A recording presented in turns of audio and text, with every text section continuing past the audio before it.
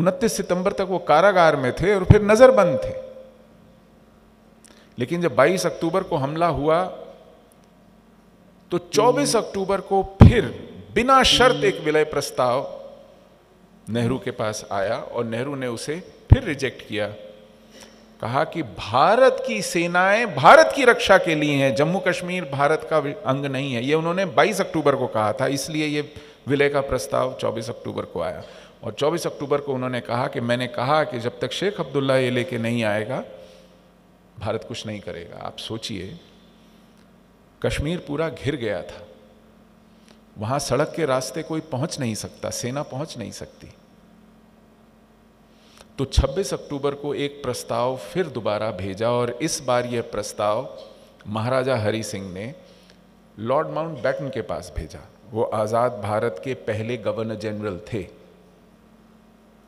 आखिरी वायसरॉय तो थे ही, पहले गवर्नर जनरल भी थे। उससे भी ज्यादा वो महाराजा हरि सिंह के साथ स्टाफ कॉलेज एक साथ किए थे।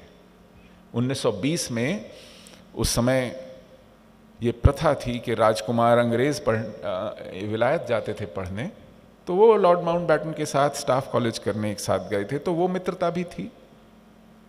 और तीसरी बात, उन्हें बार बार कहा गया कि कश्मीर भारत का अंग नहीं है अभी। तो उन्होंने कहा ठीक है, विदेश मामले लॉर्ड माउंटबेटन डील कर रहे थे, तो विदेश, कश्मीर अगर विदेश है तो फिर उनके पास जाया जाए। इस कारण इस बार प्रस्ताव नेहरू के पास पुनः न भेजकर लॉर्ड माउंटबेटन के पास भेजा गया। तो ये एक बड़ा दिलचस्प वाकया है। माउंटबेटन ने बैठक बुलाई और इस बैठक का ब्यौरा फील्ड मार्शल मानेकशॉ, जो उस समय लेफ्टिनेंट कर्नल मानेकशॉ थे, general headquarters, military general headquarters में तैनात थे और मिलिट्री के प्रतिनिधि बनकर के उस कक्ष में थे, उनकी इंटरव्यू से निकलता है ये आंखों देखा हाल। तो उन्होंने प्रेम शंकर झा को एक इंटरव्यू दिया। प्रेम शंकर झा एक बड़े जाने माने जर्नलिस्ट रहे हैं। उन्होंने एक पुस्तक लिखी, राइवल वर्जन्स ऑफ हिस्ट्री। उसमें उन्होंने इंटरव्यू छापा फील्ड मार्शल मानेकशॉ का, और ये पुस्तक 1996 में छपी ऑक्सफोर्ड यूनिवर्सिटी प्रेस से। तो मानेकशॉ उसके 10-12 वर्ष बाद तक जीवित रहे, उन्होंने कभी खंडन नहीं किया उस इंटरव्यू का। तो ये एक ऑथेंटिक इंटरव्यू है। उस इंटरव्यू में वो बताते हैं कि कक्ष में माउंटबेटन है, भारत के प्रधानमंत्री जवाहरलाल नेहरू हैं, उप प्रधानमंत्री गृह मंत्री सरदार पटेल हैं, रक्षा मंत्री सरदार बलदेव सिंह हैं, और मैं रक्षा मंत्रालय के मिलिट्री हेडक्वार्टर से सेना का प्रतिनिधि करने वाला लेफ्टिनेंट कर्नल SHFJ मानेकशॉ हूं। तो लॉर्ड माउंटबेटन नेहरू से कहते हैं कि महाराजा ने एक बिना शर्त विलय का प्रस्ताव भेजा है, कोई शर्त नहीं है, अपने लिए कुछ नहीं मांग रहे। वो कह रहे हैं कि कश्मीर की केवल रक्षा कर लीजिए, क्योंकि अब ये भारत का अंग बन जाएगा विलय के बाद, तो फिर तो आप पर जिम्मेदारी आएगी ही, लेकिन उसमें देरी मत कीजिए। बहुत उत्पात मचाया था पाकिस्तानी सेना ने, लूट मार, संहार, आगजनी। तो प्रधानमंत्री की प्रतिक्रिया क्या थी, ये मानेकशॉ कहते हैं कि जब उन्होंने ये सुना तो उन्होंने छत देखा, खिड़की के बाहर देखा, कहा कि इस दुनिया में युद्धों ने बहुत बहुत नुकसान किया है। अभी हम लोग द्वितीय विश्व युद्ध से उबर रहे हैं, बड़े लोग मरते हैं, बड़ा नुकसान होता है। क्या हमें युद्ध लड़ना चाहिए या संयुक्त राष्ट्र संघ जाके शिकायत करनी चाहिए पाकिस्तान की कि हम पर युद्ध थोप दिया? सरदार पटेल से रहा नहीं गया। बहुत कम लोग जानते हैं ये, वो नेहरू से 14 वर्ष आयु में बड़े थे, अनुभव में, ज्ञान में, सामान्य बुद्धि में तो थे ही, वो नेहरू से बहुत ऊंचे कद के थे। तो उन्होंने हिंदी में उन्हें टोका, उन्होंने कहा जवाहर तुम्हें कश्मीर चाहिए कि नहीं चाहिए? शायद हिंदी में इसलिए बोला होगा क्योंकि अगर अपमानित महसूस करते, अंग्रेजी में बोलते क्योंकि वॉइसरॉय भी खड़ा खड़ा सुन रहा है, तो उन्होंने शायद हिंदी में ही टोकना उचित समझा। तो जैसे ही उन्होंने ये टोका, जवाहर तुम्हें कश्मीर चाहिए कि नहीं चाहिए, नेहरू जी एकाएक वापस आए उस स्वप्न निद्रा से और बोले हाँ हाँ क्यों नहीं चाहिए। तो जैसे ही उनके मुंह से ये निकला हाँ हाँ क्यों नहीं चाहिए, सरदार पटेल मानेकशॉ की ओर मुड़े और कहा, you have got the orders from your prime minister, now go defend Kashmir.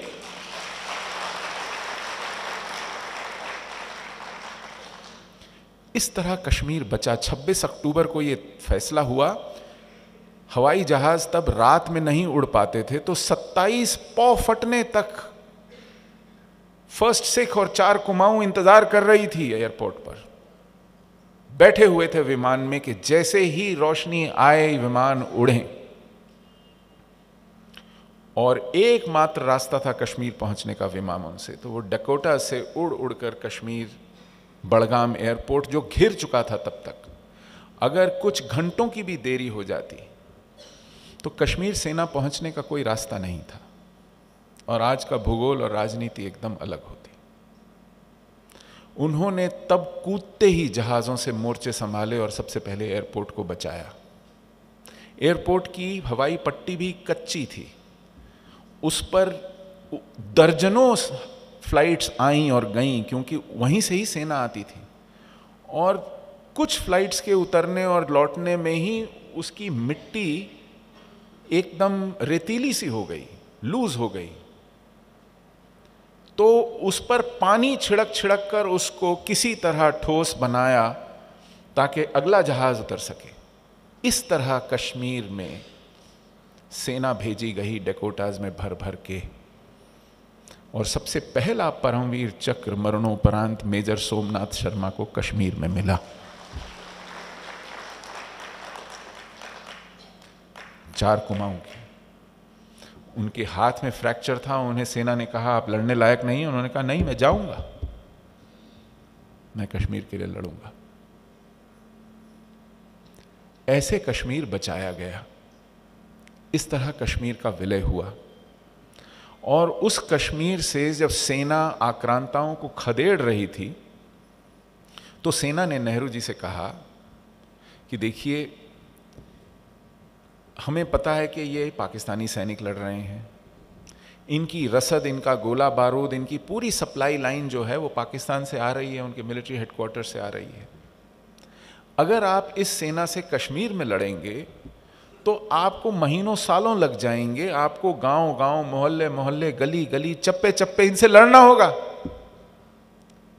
तो युद्ध की एक बेसिक सामान्य बुद्धि की समझ बूझ कहती है कि इनकी सप्लाई लाइंस काटिए, इनके कंट्रोल एंड कमांड हेडक्वार्टर्स ध्वस्त कीजिए। वो ध्वस्त हो जाएंगे तो ये पूरा का पूरा अभियान अपने आप ध्वस्त होगा। तो नेहरू जी का कहना था, एक भी गोली सीमा पार नहीं जाएगी। ध्वस्त करना तो छोड़िए, क्यों भाई, पाकिस्तान के सैनिक लड़ रहे हैं। हां, हम संयुक्त राष्ट्र संघ जाएंगे, उनसे शिकायत करेंगे कि पाकिस्तान की सेना लड़ रही है, वो वापस आए। तो वो संयुक्त राष्ट्र संघ गए।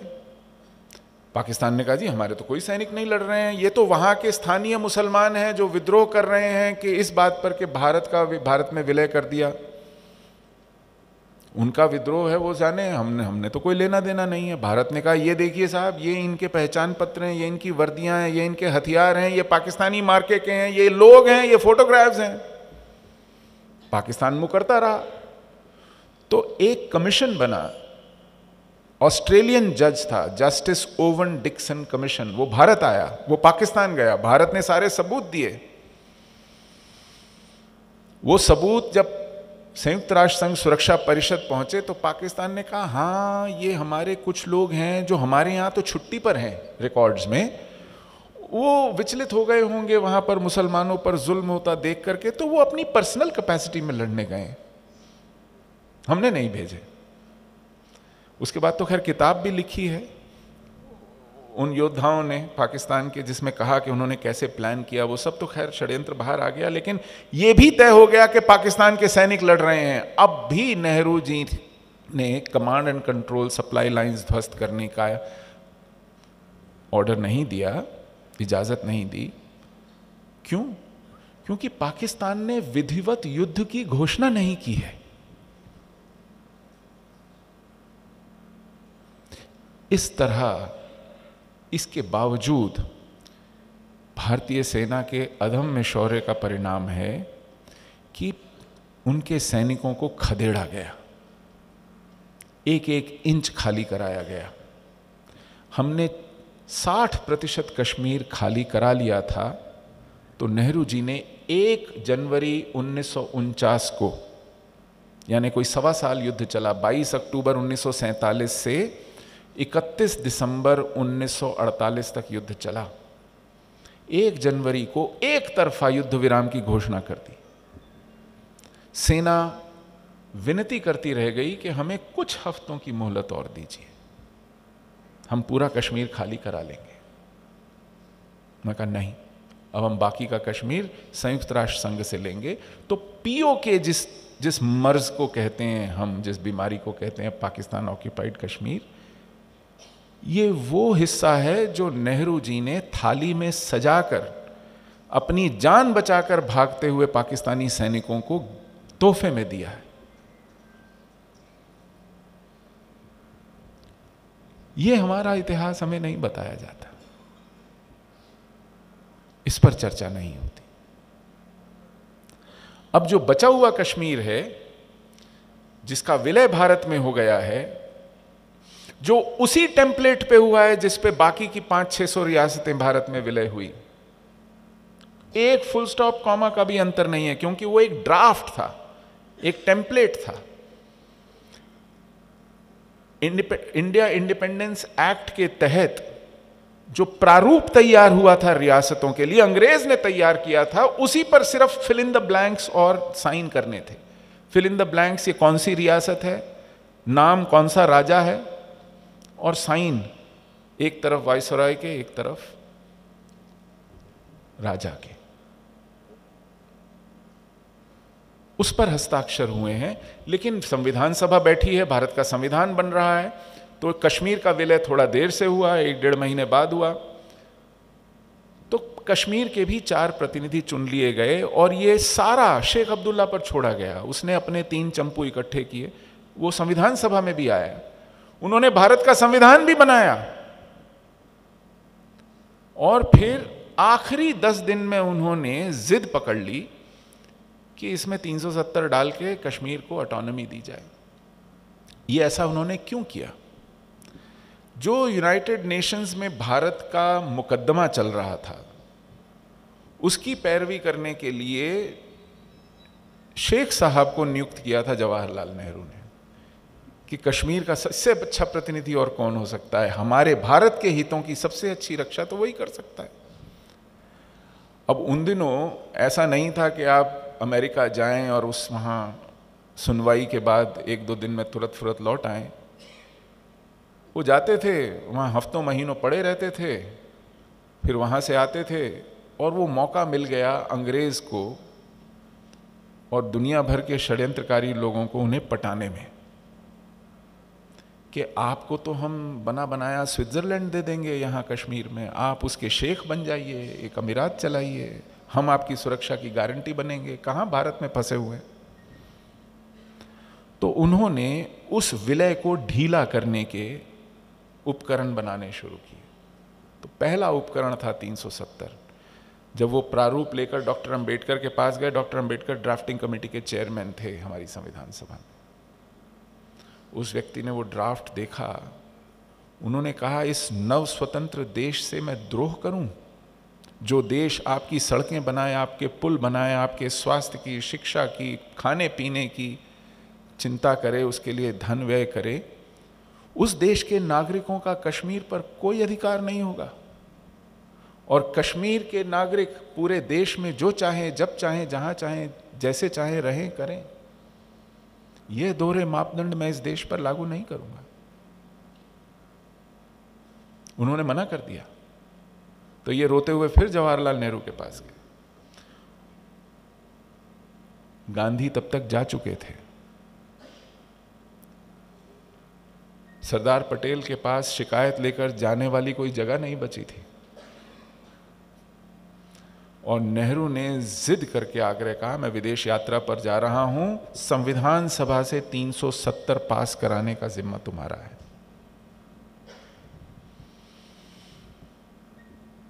सरदार पटेल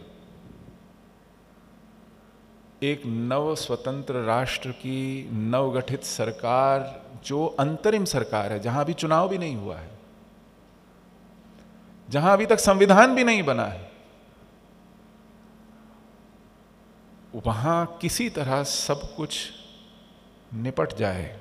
और संविधान सभा का एक नियम था कि वोट करके कोई नियम कानून, कोई प्रावधान नहीं होगा कि बहुमत के आधार पर, यह सर्वानुमति से, सर्वसम्मति से होगा। क्योंकि बहुमत के आधार पर होने लगा तो कलह होगा, कलेश होगा। तो घंटों घंटों घंटों घंटों बहस होने के बाद जब सरदार पटेल जैसे व्यक्ति ने आश्वस्त किया कि नहीं, मैंने इसमें एक प्रावधान डाल दिया है कि ये टेम्पररी एंड ट्रांजिएंट है,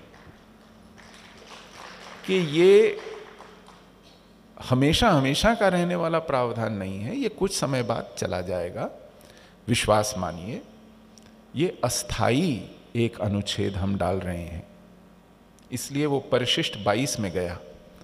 तो संविधान सभा ने विश्वास किया सरदार पटेल पर, और वो ड्राफ्ट बनाया था गोपाल स्वामी अयंगार ने, जो नेहरू जी के कैबिनेट में केवल कश्मीर देखने के लिए टिकाए गए थे। तो संविधान सभा ने उसको अपनी स्वीकृति दी, लेकिन उस सत्र में भी डॉक्टर भीमराव अंबेडकर ने बहिष्कार किया। वो उस सत्र में नहीं रहे। उन्होंने कहा, सर्वानुमति में मेरी सहमति नहीं होगी, ये पाप हो रहा है। मैं उनकी स्मृति को नमन करता हूं। डॉक्टर भीमराव अंबेडकर एक अनन्य राष्ट्रवादी, देशभक्त थे।